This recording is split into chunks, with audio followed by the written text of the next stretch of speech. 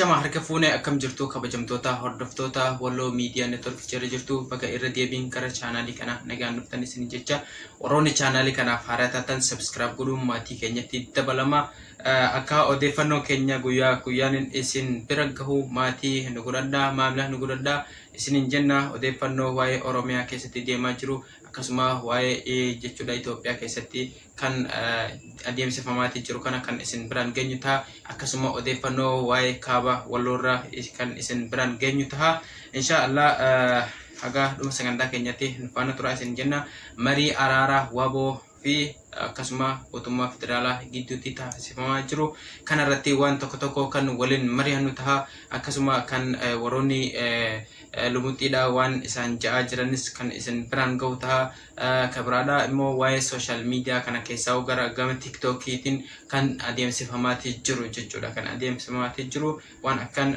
jechuudha guddaati maal kajuu jirani kan isin biraan geenyu ta'a karaa social media din keessaa gama TikTokiitiin nuti maallaqa keenya kan kasarreetii jirru ashaanin jechuudha harka kennatuudhaa deemti harka kennatuudhaaf deemanii isaanii kanaafuu nuti maallaqa keenya kan kasarreetii jirru gargaarsa biyya alaa irraa akkatti goonu kana maaliif akkatti bilaash tahaa kajuu deemuutti jira jechuudha Malif ijoo social media kana ta'eeti irraa haasamuutti jira inni biraadha jechuudha immoo miidiyaaleen gurguddoon gabaasaatii jiran jechuudha mootummaan federaalaatii fi mootummaan federaalaatii fi akkasuma ABO waboon wal mari'atuudhaan jechuudha bifa addaatiin bifa ajaa'ibaatiin kan gabaasaatii jiran jechuudha maal isiniif fakkaata amma akka waan jechuudha yeroo jijjiiramaa sanitti akka sanitti kan irra haasaatii jiran inni biraadha jechuudha ummanni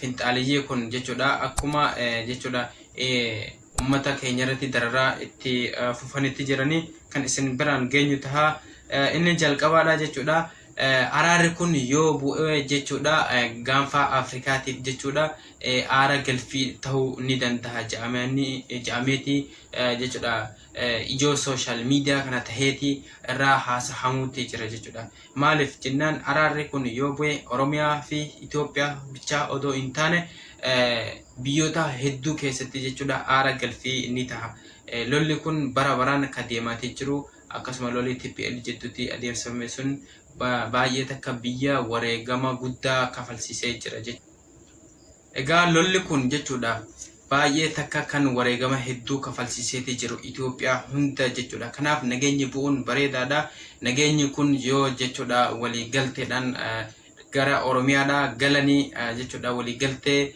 jechuudha kan gaafii Oromoo deebisamu kan qeerroon wareegame jechuudha gumaa irraa kaffalame akkasuma jechuudha gumaa kaffaluu kanarratti jechuudha gumaan kaffalamuu qaba abbaa fedheeyyuu haa ta'utu jechuudha ummanni keenya kan akkatti wareegame kun bilaasha ta'uu hin qabu jechuudha inni biraadha immoo qeerroon hidhame gadi lakkifamuudha qaba qeerroon hidhame hundi warroonni siyaasaa biyya fedhee waa ta'u kan Walloo keessatti hidhame hundinuu jechuudha gadi lakkifamuu qaba jechuudha asumaan warroonni jechuudha hidha qilxoo keessa dhaabonni jechuudha siyaasa Oromoo keessa kan jiran jechuudha kan hidhamanii ilaa ammaadha jechuudha achi buutee dhabamsifamanii jiran sunilleen akka bahutti jechuudha irratti wal mari'atuudha kan qabanidha maaliif jennaan jechuudha gaafiin Oromoodha hundi deebi'uudha qaba gaafin Oromoon bara meeqa gaafataatee ture sun deebi'uudha qaba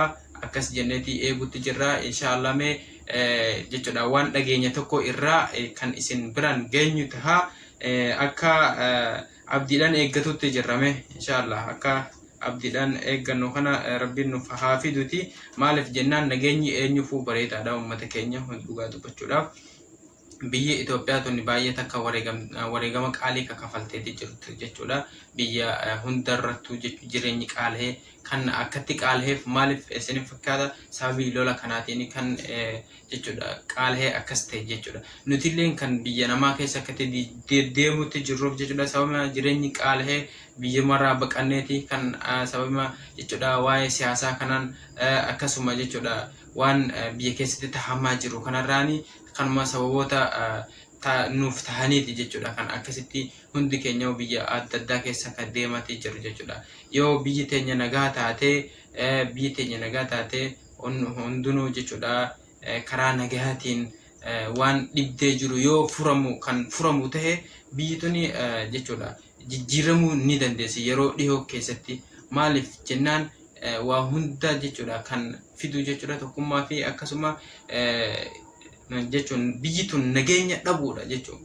Nageenya dhabuudha yeroo nageenya dhabde biyyi takka ni baddi. Maaliif nageenya kan waa hunda dursu jechuudha. Kanaafuu abdiidhaan eeguutti jirra. Inni biraadha jechuudha. Ummanni Amaaraadha kun baay'ee takka jechuudha kan irratti dalagaatii jiran akka Itoophiyaan tun nagaa hin taane keessaa immoo waa'ee aboo waboo irratti kan wal mari'atu jiru.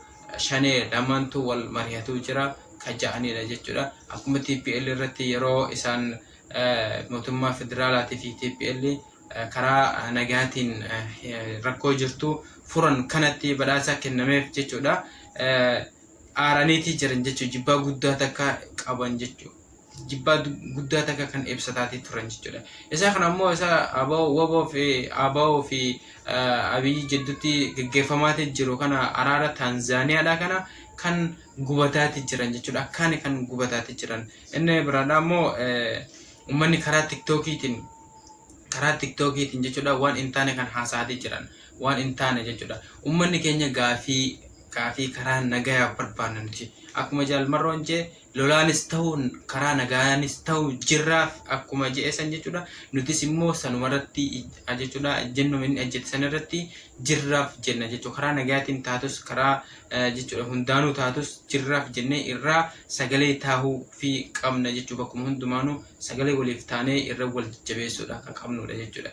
Maal ka ja'aatii jiranii nuti maallaqa keenya dalanneetii biyya adda addaa keessaa dalanneetii erginuuf akkamitti isaan shaaneen harka kennatuudhaaf deemanii harka akkamitti kennatanii akkamitti birrii keenya kasaranii kasaaruu jirra kaja'anii jechuudha. Maaliif suni hin barbaachisu yaa uummata keenya qaamotii jechuudha gurguddoon biyya adda addaa keessaa filameetii kan jechuun marii kanarratti mari'ataatii jiran jechuudha. Mariin kun marii Oromoo furuu bira darbee gaanfa Afrikaa jechuudha. Inni tasgabbeessaa aara ni galfachiisa kan ja'ameetii jiru jechuudha. Yoo araarri kun gadi qabu ta'e jechuudha. Maaliif jennaan Oromoo bichaa odoo hin taane Oromiyaa bichaa odoo hin taane biyya gaanfa Afrikaadhaa tana jechuudha. Foora fudhachiisuu danda'a jechuudha. Aara galfii ta'uu danda'a. Biyyi tun biyya baay'ee takka kan jechuudha sababa lolaatiin rikkamaatii jirtu Afrikaan hundinuu jechuudha. Aara galfii Afrikaa ta'uu ni danda'a jechuudha. Yoo biyyi tun sababii Tanzaaniyaa kanaan amma jechuudha araarri Tanzaaniyaa kun kan dhugaa ta'ee gaddiljee lafa qabatu ta'e jechuudha.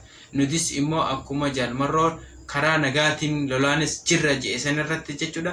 Karaa nagaatiin dhufanii karaa nagaa saniin irraa taqabballee jechuudha. Karaa nagaa san gaafii Oromoon maaliif ammas yoo deebi'uudha qabsoon ittuma fufa jechuudha. Qabsaa'anni kufaa qabsoon ittuma fufa jechuudha. Karaa nagaatiin dhufan miti karaa nagaa san irratti wal mari'atanii waan isaan gadi baasan ni ilaalla walumaan ilaalla. Rabbii jechuudha haa fidu furmaata. Maaliif jechuun kun asumaan dhaamse kan hin dhaamu jechuudha. Warroota keessaa gara TikTokii kanan maal kajuu jiranii maallaqa keenya kasarree akkanumaan hin lolanii maallaqa keenya nu kasaranii ammas gara harka kennatuudhaan deemanii kaja'aatii jira jechuudha. Olola adda addaatti kan deematii jiru. Kanarraa of qusachuu qabna hundinuu keenyaaf jechuudha. Kanarraa of qusachuu qabna. Jala buunee kan isin gabaasnu tahaa akkasuma waa'ee walloorraahis waa'ee Oromiyaa keessatti tahamaa jirurras kan isin gabaasnu tahaa. Maamilaa nu godhadhaa isin jenna. Inshaallah haga sagantaa biraatti walitti deebinutti nagaan jiraadhaa turtii gaarii.